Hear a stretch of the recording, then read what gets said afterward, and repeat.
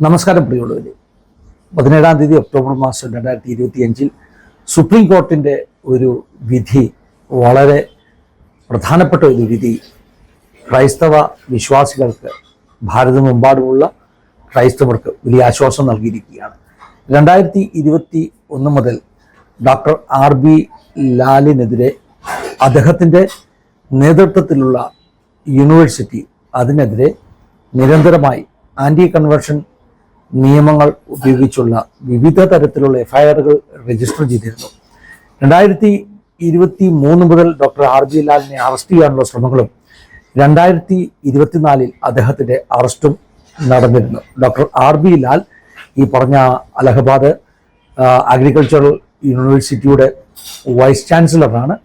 അദ്ദേഹത്തെ 2024 അറസ്റ്റ് ചെയ്യുകയും ചെയ്തിരുന്നു. എന്നാൽ സുപ്രീം കോടതി വളരെ പ്രധാനപ്പെട്ട ഒരു വിധി പുറപ്പെടുവിച്ചിരിക്കുകയാണ്. അതായത് ഇത്തരത്തിലുള്ള ക്രിമിനൽ നിയമങ്ങളെ, നിരപരാധികളെ പീഡിപ്പിക്കുവാനുള്ള ഒരു ടൂളായിട്ട് ഉപയോഗിച്ചുകൊണ്ട് അവർക്കെതിരെ FIRകൾ ചുമത്തുന്നതിനെക്കുറിച്ച് ഉള്ള പരാമർശങ്ങളോടുകൂടി സുപ്രീം കോടതി ആ FIRകൾ ക്യാൻസൽ ചെയ്തുകൊണ്ടുള്ള ഒരു വിധി പുറപ്പെടുവിച്ചിരിക്കുകയാണ്. Sam Higginbottom university of agriculture technology and science എന്ന് പറയുന്ന പ്രയാഗ്രാജിലെ, അതായത് പഴയ ഇലഹബാദിലെ യൂണിവേഴ്സിറ്റിക്കെതിരെ അതിൻ്റെ വൈസ് ചാൻസലർ ഡോക്ടർ RB ലാലിനെതിരെയുള്ള FIRകളാണ് ഇപ്പോൾ സുപ്രീം കോടതി ക്യാൻസൽ ചെയ്തിരിക്കുന്നത്.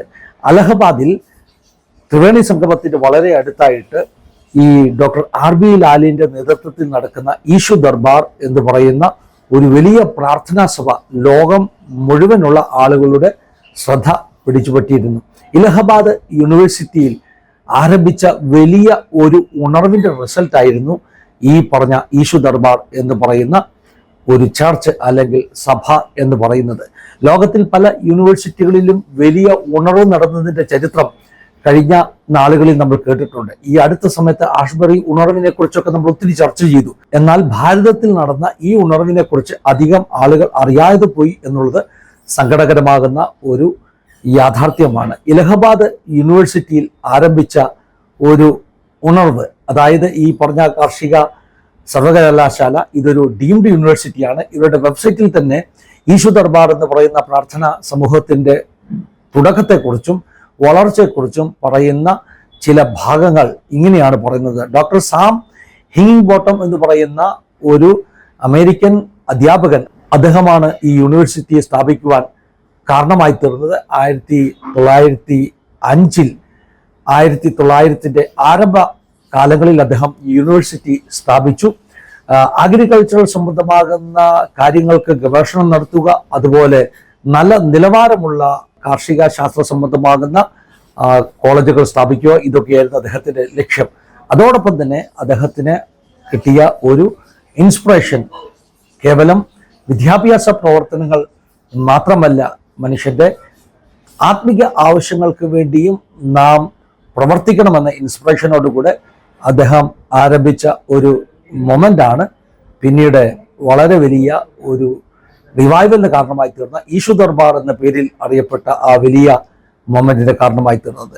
സാം ഹിഗിൻബോട്ടം ഈ ഒരു യൂണിവേഴ്സിറ്റി ആരംഭിച്ചെങ്കിലും ഈ ഈശു ദർബാർ എന്ന് പറയുന്ന ഈ ഒരു ചർച്ചും അതുപോലെ തന്നെ ഈ ഉണർവും ഒക്കെ ആരംഭിക്കുന്നത് 2000 ആരംഭത്തോടു കൂടിയാണ്. ഫെബ്രുവരി മാസം 25 തീയതി അന്ന് ഈ യൂണിവേഴ്സിറ്റിയുടെ വൈസ് ചാൻസലറായിരുന്ന doctor Rajendra B Lal, RB Lal എന്ന് അറിയപ്പെടുന്ന, അല്ലെങ്കിൽ ബിഷപ്പ് RB ലാൽ എന്ന പേരിലൊക്കെ അറിയപ്പെടുന്ന ഈ യൂണിവേഴ്സിറ്റിയുടെ വൈസ് ചാൻസലർ, അദ്ദേഹം പരിശുദ്ധാത്മാ നിറവ് പ്രാപിക്കുന്ന ഒരു അനുഭവം ഉണ്ടാകുവാനിടയെത്തുന്നു. വളരെ പ്രശസ്തനാകുന്ന ഒരു സ്വീഡിഷ് ഇവാഞ്ചലിസ്റ്റ്, ലോകമറിയുന്ന ഉൾഫ് എക്മാൻ എന്ന് പറയുന്ന ഒരു ഇവാഞ്ചലിസ്റ്റ് ഈ ഡോക്ടർ RB ലാലിന് വേണ്ടി കൈവച്ച് പ്രാർത്ഥിക്കുമ്പോൾ അദ്ദേഹത്തിൻ്റെ മേൽ വലിയ ദൈവസാന്നിധ്യം ഇറങ്ങി വരുവാനിടയെത്തുന്നു.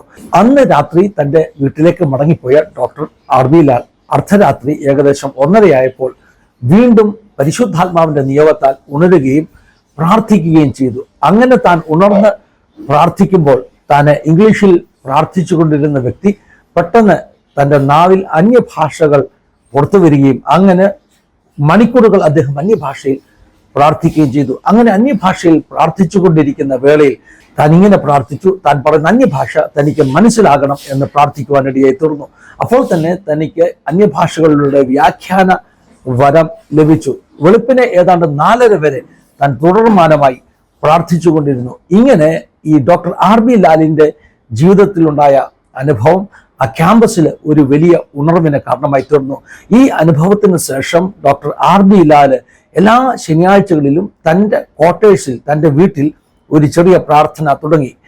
കൂടുതലും ഈ പറഞ്ഞ അഗ്രികൾച്ചറൽ യൂണിവേഴ്സിറ്റിയിലെ അധ്യാപകരും വിദ്യാർത്ഥികളിൽ ചിലരുമൊക്കെയാണ് ഈ ചെറിയ മീറ്റിങ്ങിന് പങ്കെടുത്തത്. എന്നാൽ ഈ ഒരു പരിശുദ്ധാത്മ നിറവിന്റെ അനുഭവത്തിന് ശേഷം ഡോക്ടർ RB ലാലിലൂടെ വലിയ അത്ഭുതങ്ങളും അടയാളങ്ങളും വെളിപ്പെട്ടു.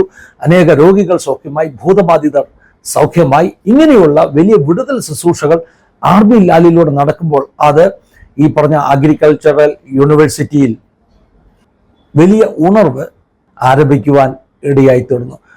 ആദ്യകാലങ്ങളിൽ ഞാൻ പറഞ്ഞതുപോലെ ആ യൂണിവേഴ്സിറ്റിയിലെ അധ്യാപകരും വിദ്യാർത്ഥികളും ഒക്കെയാണ് ഈ ഉണർവിന്റെ ഭാഗമായത്. പിന്നീട് സമീപ ഗ്രാമങ്ങളിൽ നിന്നുള്ള സാധാരണക്കാരായ ആളുകൾ ഈ മീറ്റിങ്ങിലേക്ക് കൂടിച്ചേരുവാൻ ഇടയായി തീർന്നു. അങ്ങനെ കുറെ മാസങ്ങൾ കൊണ്ട് തന്നെ ഈ പറഞ്ഞ RB ലാലിലൂടെ തുടങ്ങിയ ഉണർവ് ഒരു പ്രാർത്ഥനാ സഭയായി രൂപീകരിക്കപ്പെടുന്നു.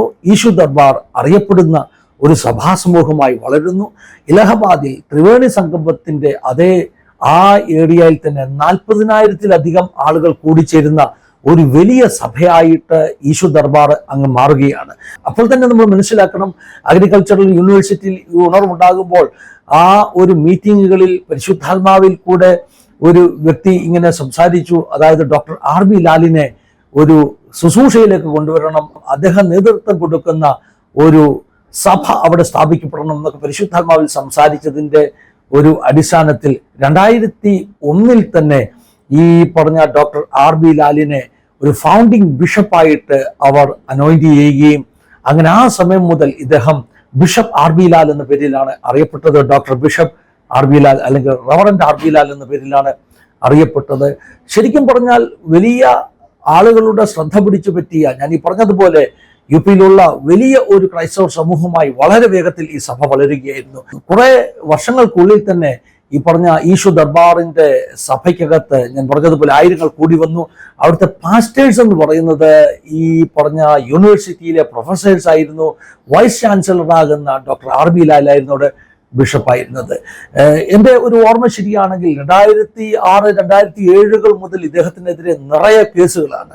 അതായത് കൺവേർഷൻ നിയമങ്ങൾ ഉപയോഗിച്ച്, ഇദ്ദേഹം മതം മാറ്റുന്ന നിയമങ്ങൾ ഉപയോഗിച്ച് ബ്ലാക്ക് മാജിക് നടത്തുന്നു എന്ന തരത്തിലുള്ള അന്ധവിശ്വാസം പ്രചരിപ്പിക്കുന്നു എന്ന തരത്തിലുള്ള നിയമങ്ങൾ ഉപയോഗിച്ച് ഏതാണ്ട് 2005-2006 മുതൽ തന്നെ ഇദ്ദേഹത്തിനെതിരെ ഒത്തിരി കേസുകൾ വന്നുകൊണ്ടിരുന്നു. എന്നാൽ ആ കാലഘട്ടത്തിലൊന്നും ആ കേസുകൾ FIRകളായി മാറുകയോ അല്ലെങ്കിൽ അറസ്റ്റിലേക്ക് നീങ്ങുകയോ ഒന്നും ചെയ്തില്ല.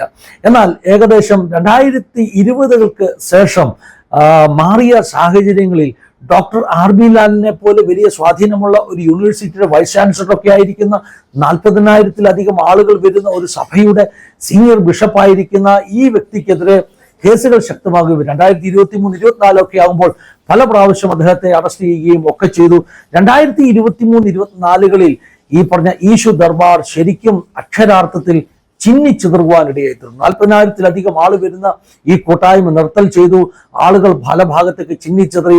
അങ്ങനെ ഒരു വലിയ റിവൈവൽ മൊമെന്റിനെ കെടുത്തിക്കളയുന്നത് പോലെ ഒരു അനുഭവമാണ് ഈ പറഞ്ഞ ഇലഹബാദിൽ അല്ലെങ്കിൽ ഇന്നത്തെ പ്രയാഗ്രാജിൽ നമ്മളൊക്കെ കണ്ടത്. എന്നാൽ 2025 ഒക്ടോബർ മാസത്തിൽ സുപ്രീം കോടതിയുടെ വളരെ പ്രധാനപ്പെട്ട ഒരു വിധി വന്നിരിക്കുന്നു.